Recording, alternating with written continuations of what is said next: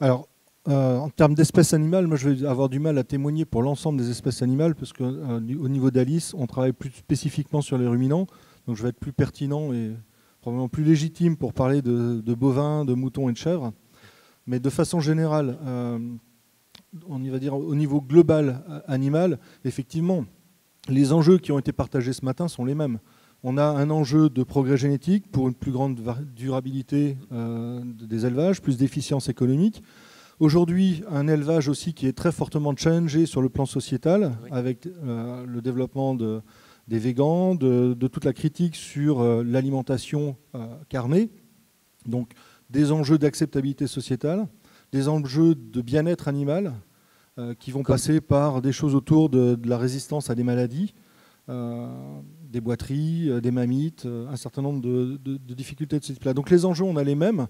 On a à faire du progrès génétique. On a à faire du progrès génétique de plus en plus rapidement sur des caractères de plus en plus diversifiés. Puisque c'était repris tout à l'heure par Bruno Després, la vache, la sélection a permis une grande augmentation de la productivité. Sans remonter jusqu'à Napoléon, mais à la sortie de la guerre, une vache en France, elle faisait en moyenne 1500 kg de lait par an, à peu près 4000 aux États-Unis, et aujourd'hui on est rendu à peu près 10 000. Donc il y a un vrai progrès génétique. Mais ce progrès génétique n'a pas été fait non plus que sur de la production en termes quantitatifs, il a été fait aussi sur des éléments qualitatifs, et il a été fait sur un tas d'autres paramètres, de longévité de l'animal, de santé de l'animal, de résistance à un tas de maladies, etc. Par contre, je pense qu'une des difficultés qu'on a chez l'animal, c'est le temps de génération, c'est des considérations liées aux espèces. Là où, chez les plantes, vous avez en mesure de phénotyper en plein champ un grand nombre de descendants, pour un taureau, un grand nombre de descendants, ça ne s'obtient pas rapidement. Ça s'obtient au détriment peut-être de la biodiversité, puisque le taureau doit diffuser largement dans une population qui est plus petite. Donc tout ça, il a fallu historiquement combiner différentes approches et tenir compte de ces spécificités. Ce qui fait que la structuration dans la sélection est faite plutôt d'un point de vue mutualisé, avec des coopératives et des éleveurs qui sont propriétaires de cette génétique et qui mettent en commun des moyens de façon à pouvoir assurer ce testage. Alors, là aussi, je vous remercie pour l'invitation aussi. C'est assez intéressant et enrichissant de voir à quel point on a des convergences, des choses qui sont identiques, des enjeux qui sont identiques, des spécificités d'espèces et un vocabulaire totalement différent pour parler la même chose. Donc moi, je vais vous parler de semences aussi, mais la semence, c'est le sperme des taureaux, c'est les spermatozoïdes. Bon, globalement, ça va être la même chose, mais... chez nous, ce que vous appelez le phénotypage ou l'évaluation d'un certain nombre de caractères, chez nous, ça va s'appeler le testage. Et c'était un testage qui se faisait sur descendance, un peu comme la ligne de betterave qui était présentée. Quelque part, l'objectif de la sélection a toujours été d'être prédictif. C'est à un moment donné d'être capable de prédire l'espérance, la moyenne de ce que les descendants d'un accouplement allaient donner. Et donc, en termes de nouvelles techniques, pour nous, c'est plus une nouvelle technique. La sélection génomique, chez les bovins, c'est depuis 2009-2010, 2011 en routine, ouvert au départ que sur les taureaux, puis aujourd'hui sur l'ensemble des femelles. Au départ sur 3 grandes races laitières, qui sont la Holstein, la Montbéliard et la Normande. Aujourd'hui sur des races laitières régionales, sur des races allaitantes. Donc toutes les races ne sont pas aujourd'hui dans une logique de sélection génomique. Parce qu'effectivement, il faut pouvoir avoir des populations de départ, ce que Bruno Després a appelé les populations d'apprentissage, qu'on appelle nous des populations de référence. Mais il faut des populations suffisantes pour établir l'équation de prédiction. Dans des petites races où on a 10 000 individus en tout et pour tout en France aujourd'hui, c'est compliqué d'obtenir ces populations de référence. Donc ça va prendre du temps, mais on y avance. Et l'objectif est effectivement d'être prédictif. Prédictif de plus en plus fin, en faisant de moins en moins d'erreurs, sur de plus en plus de caractères, pour prédire, et je vous rejoins, pour prédire non seulement la moyenne possible ou l'espoir que l'on peut avoir sur les descendants, mais de plus en plus pour aller vers ce qu'on va appeler chez nous la génomique de précision ou la génomique personnelle, si je reprends un vocable qui est chez l'homme, c'est-à-dire exploiter cette information-là avec une meilleure connaissance de l'environnement pour combiner les deux choses et aller vers la prédiction de la production de l'individu et non plus la prédiction de la moyenne des descendants d'un animal. Et donc ça va avoir effectivement derrière des incidences fortes en termes de conseils, de suivi, d'agriculture de précision, d'alimentation de précision, de prévention des maladies, etc., etc. Alors, la partie génomique en termes de traçabilité, elle n'a pas été extrêmement développée dans cet esprit-là. Il y a dans certains pays où il y a dans certains pays ou même en France, des expérimentations qui sont faites, par exemple, pour être capable d'aller certifier que le morceau de viande qui est présent à l'étal à cet endroit-là provient bien de l'animal dont il est issu. Sauf que bon, les technologies en question coûtent quand même encore relativement cher et que le rapport coût-bénéfice n'est pas très favorable.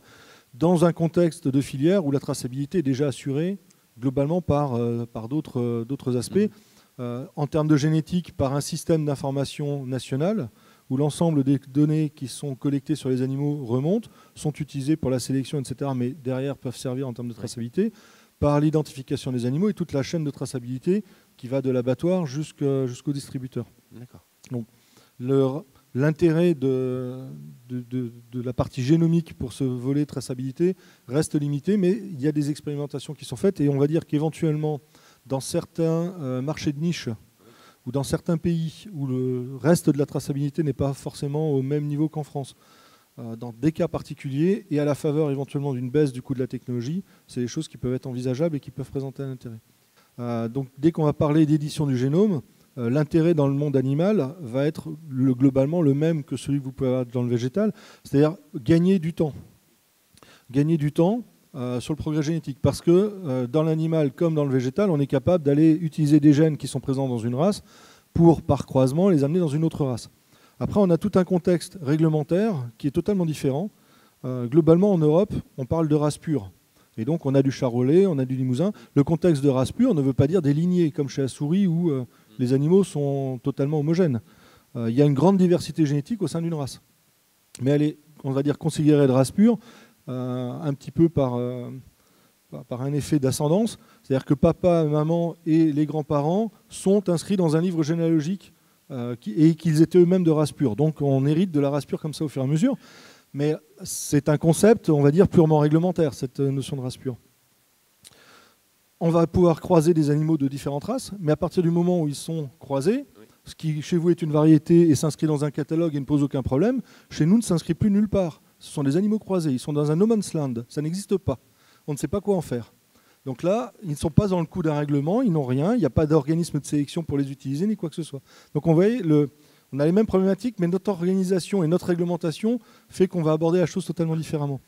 Et donc, pour un sélectionneur qui voudrait utiliser un gène sans corne qui existe chez le charolais pour l'amener dans une autre race, la blonde d'Aquitaine, pour sélectionner des blondes d'Aquitaine sans corne, il est parti pour un phénomène d'introgression où il faudra au moins que par la voie femelle, parce que les mâles ne peuvent pas être utilisés dans ce cas-là, donc ça diminue fortement la descendance possible. Et il va falloir qu'il fasse son premier croisement et qu'après il fasse du rétrocroisement sur la blonde d'Aquitaine jusqu'à revenir à un stade considéré de race pure, ce qui lui prend 7 générations, 6 à 7 générations, avec un temps de génération chez les bovins qui est plutôt de 2 ans, 2 ans et demi, voire même 3 dans l'allaitant. Vous voyez où ça nous amène. Le CRISPR-Cas9, dans ce cas-là, va nous permettre d'éditer directement dans les animaux élites de ma race blonde d'Aquitaine des animaux élites pour introduire le gène sans corne, éventuellement même à l'état homozygote, et pouvoir le faire diffuser. Donc une économie bon an mal an d'une dizaine d'années. Chez les bovins, ce qu'on imagine aujourd'hui, c'est plutôt le faire par de l'édition du zygote, c'est-à-dire l'ovocyte juste fécondé en fécondation in vitro. On fait la manipulation, la modification de la base qui nous intéresse ou de l'ensemble des bases qui nous intéressent par genome editing. Et ensuite, ces embryons peuvent être réimplantés dans des receveuses et générer des animaux. Donc ça, c'est quand même un petit peu lourd en termes de production. Et les rendements ne sont quand même pas aujourd'hui, en termes pratiques, exploitables. Donc aujourd'hui, on essaye de maîtriser ces techniques dans nos espèces. Chez le bovin, c'est un peu compliqué. Si on voulait parader et dire qu'on sait faire du genome editing, oui, on sait faire, on pourrait produire un animal. Mais de dire qu'aujourd'hui, on serait capable de rentrer ça dans un schéma réellement et de l'exploiter en routine, on n'y est pas du tout.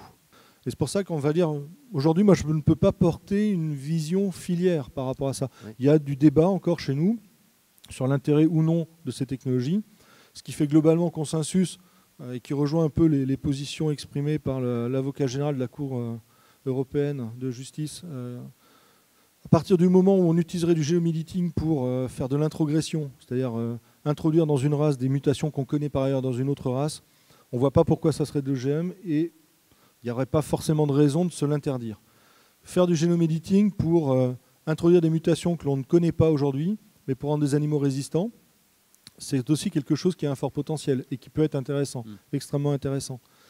Après, ça se réfléchit en termes de risque éventuel de cette nouvelle mutation qu'on ne connaît pas.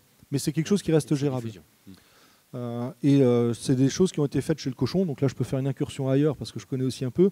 Chez le cochon, c'est des choses qui ont été réalisées en génoméditant un gène qui code pour une protéine jouant dans l'immunité, mais qui sert de récepteur à un virus.